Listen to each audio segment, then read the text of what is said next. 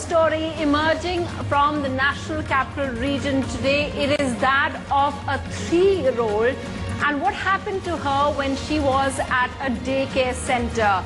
Her parents are alleging negligence and have filed a police case with the Gurugram police station saying that she was there at the daycare, they were left there. However, at a certain point, her hand got hurt and her thumb had to be amputated.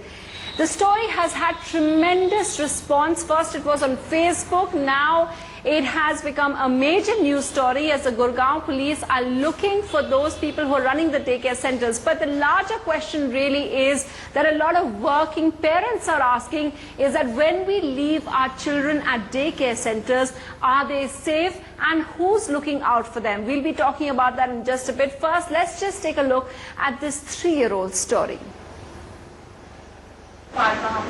Little Myra may seem to be brave in the face of her ordeal, but she will always have a reminder.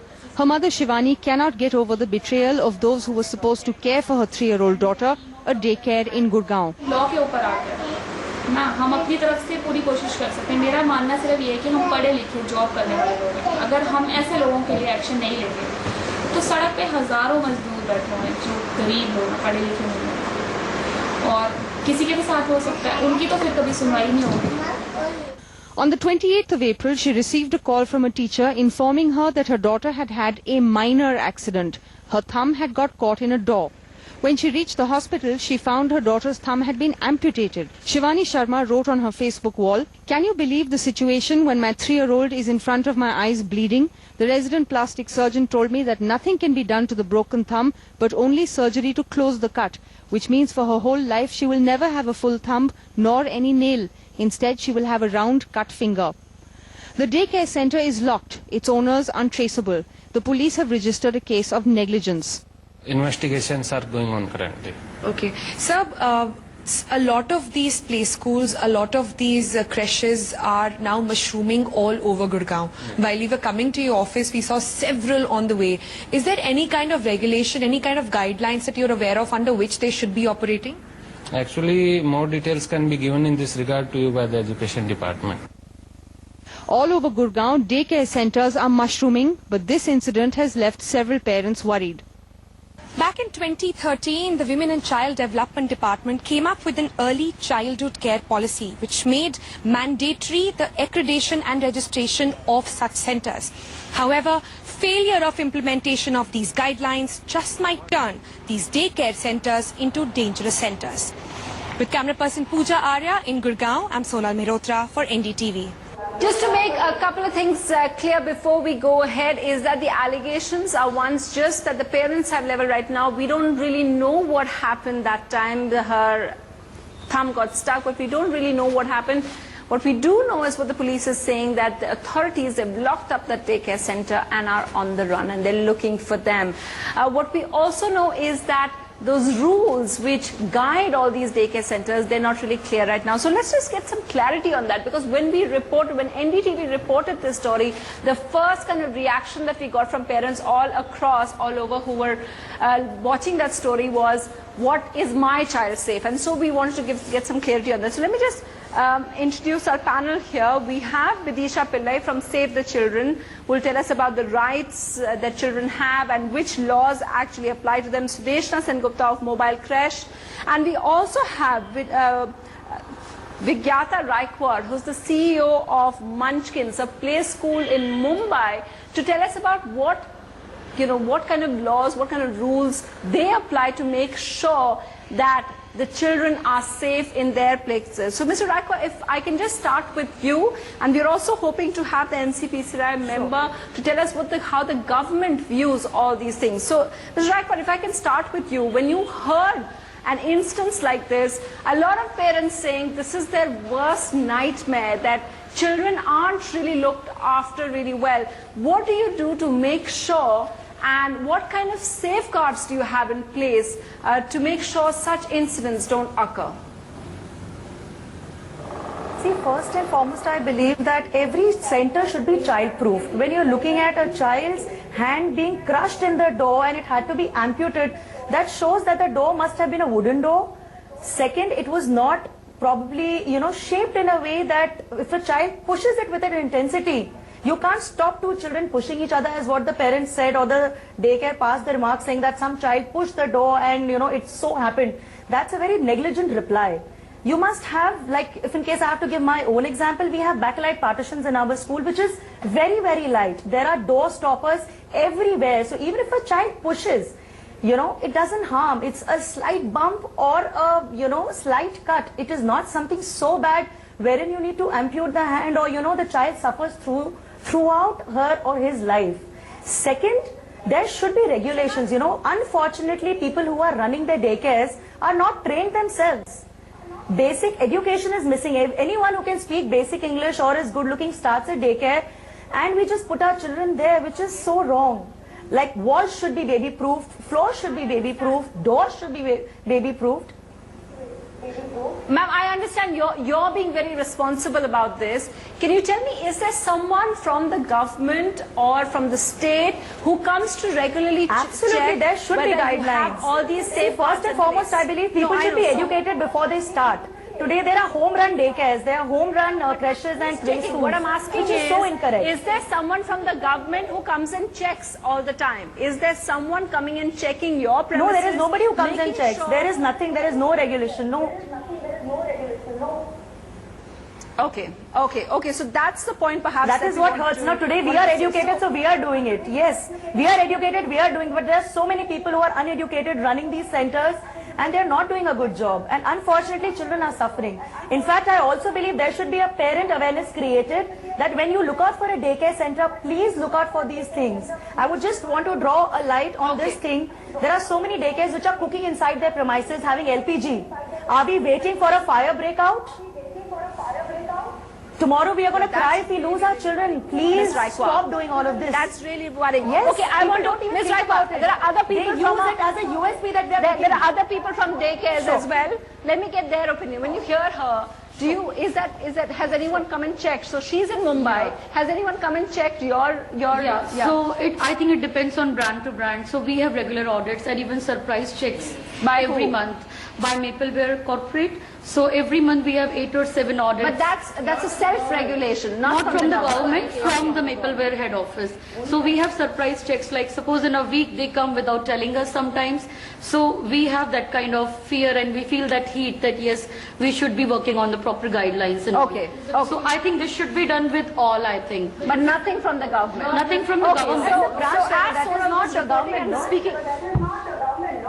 That's right. And as my colleague Sonal was reporting over there, and she was interviewing the police officer, and he said, well, he didn't know of any such guidelines which they could check to. So that's where I want to ask you, Ms. Sengupta, that as someone, and mobile creche kind of looks after the people who are working as daily wage laborers as well, and what their children are up to. But if you look at the state government's policies or the central government's policies, is there anything which provides a uniform code about how these play schools or how these nurseries should be run? Well, the ECC policy, which has come up in 2012, was supposed to be coming with the guidelines, the quality norms, which is not being made public. I mean, it is still with the government. It's a work in progress for the last 4 years. Yeah.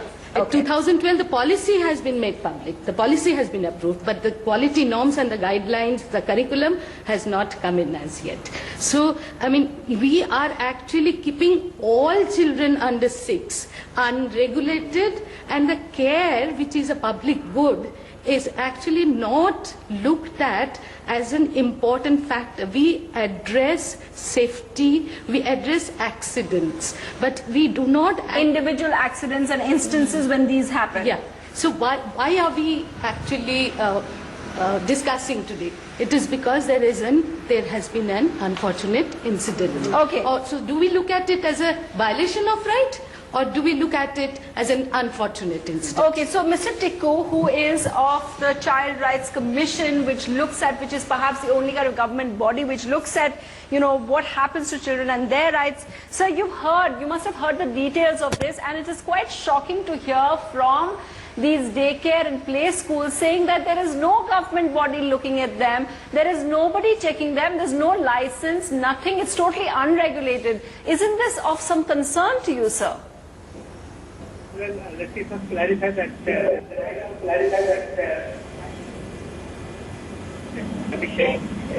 Yes.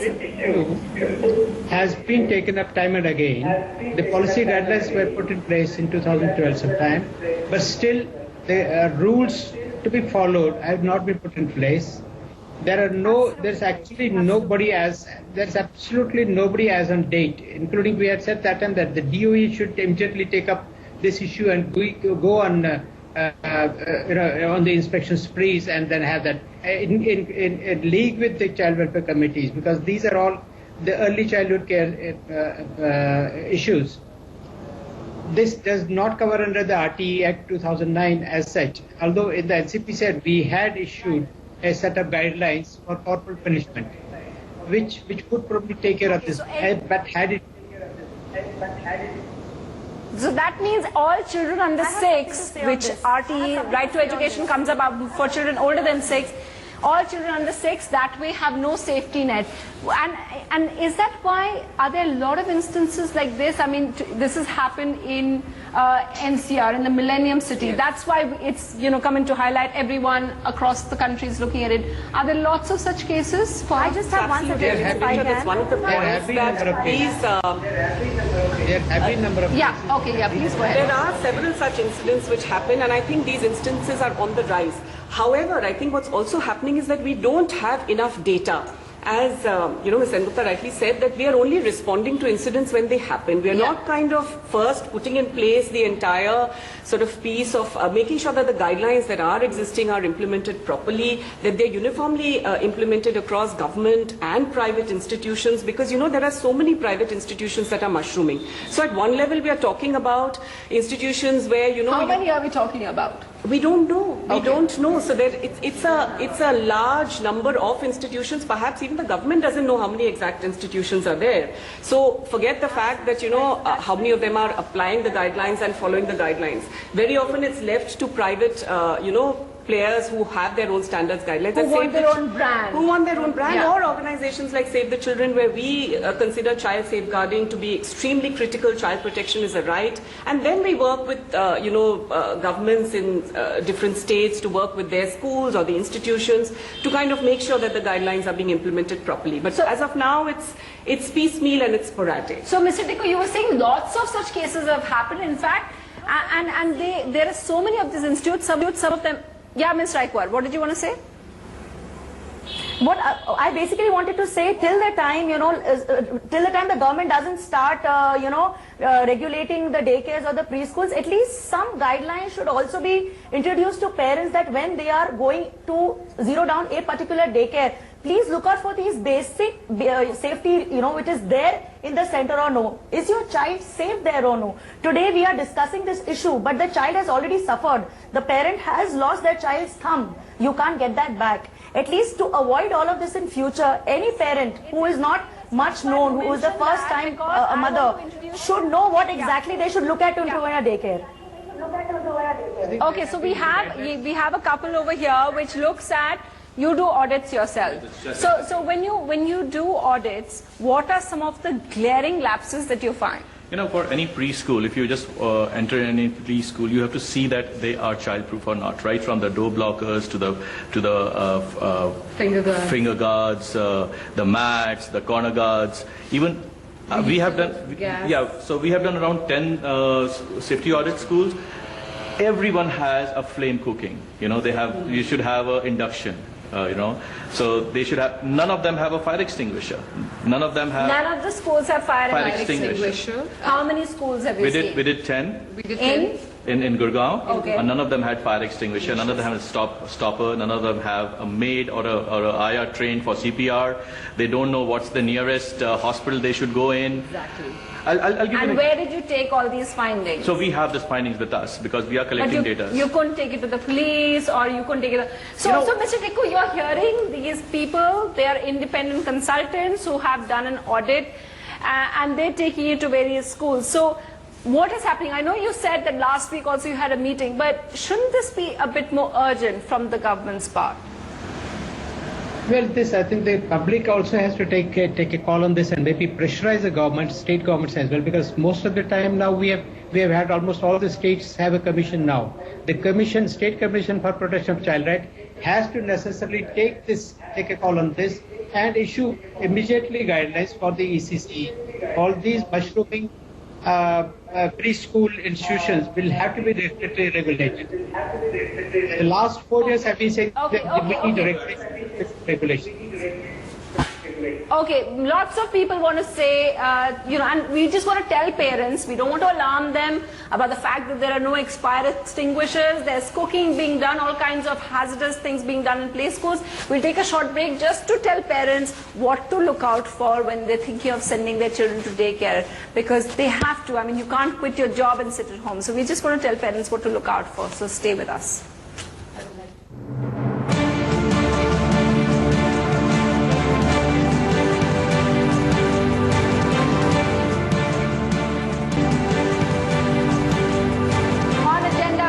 Speaking about the 3-year-old whose thumb had to be amputated because of an accident in daycare centers, and what has come across after that accident is the fact that children below 6, all daycares, all creches go unregulated because the government has been finalizing the ECC guidelines since 2012. It's still not out there. And what was the point that you wanted to make about this? I wanted to make a point that the child and the caregiver ratio, that has to be in place. 1. 2, the caregiver has to be trained. I mean, you cannot take a caregiver. I mean, we think that women... But how do parents find out? I know a lot of parents. You felt that parents should be responsible. Yeah, definitely. How? You see, just imagine the thumb of a 3-year child. It must be so small, and if it has been amputated, it is definitely a unavoidable accident. And I tell you, blame the parents? Yes, I definitely. Why parents did not take all precautions to ensure that this is a safe place? Yeah. I also blame the parent here. Why? Because the thing is that I have to select a play school. And I don't see, I go for brands and the addresses, but I don't see that are there infrastructure safety. Okay, do a checklist on your own. Is it safe, is it right to blame parents? Well, I think, we are talking about, it's important for parents to be aware, but what about a large section of our population who cannot afford paid fancy daycare for their children? So they don't have an option, firstly. If they do, they have to go for whatever it is that is available within their community. So I think as much as it's the responsibility of the parents, when you don't have an option, it's the responsibility of the institution to Why make do you sure think the that parents aren't responsible? It's a state responsibility, it's an employer responsibility, and it's a family responsibility. A child is a citizen of the country, so the responsibility of a child is a collective responsibility. And as we end, I just wanted to remind our viewers that women in the workforce, the latest figures show that there are only 25%, and it is a decreasing number, and perhaps this should not be used. The safety of our children shouldn't be used to force women to drop out of the workforce and stay at home. It should be a matter of choice, not because of necessity like this. That's it on Agenda, and we hope the government really comes up with those guidelines and makes them in place as well, and hopefully the NCBCRI will follow that up. Thanks for watching. Goodbye.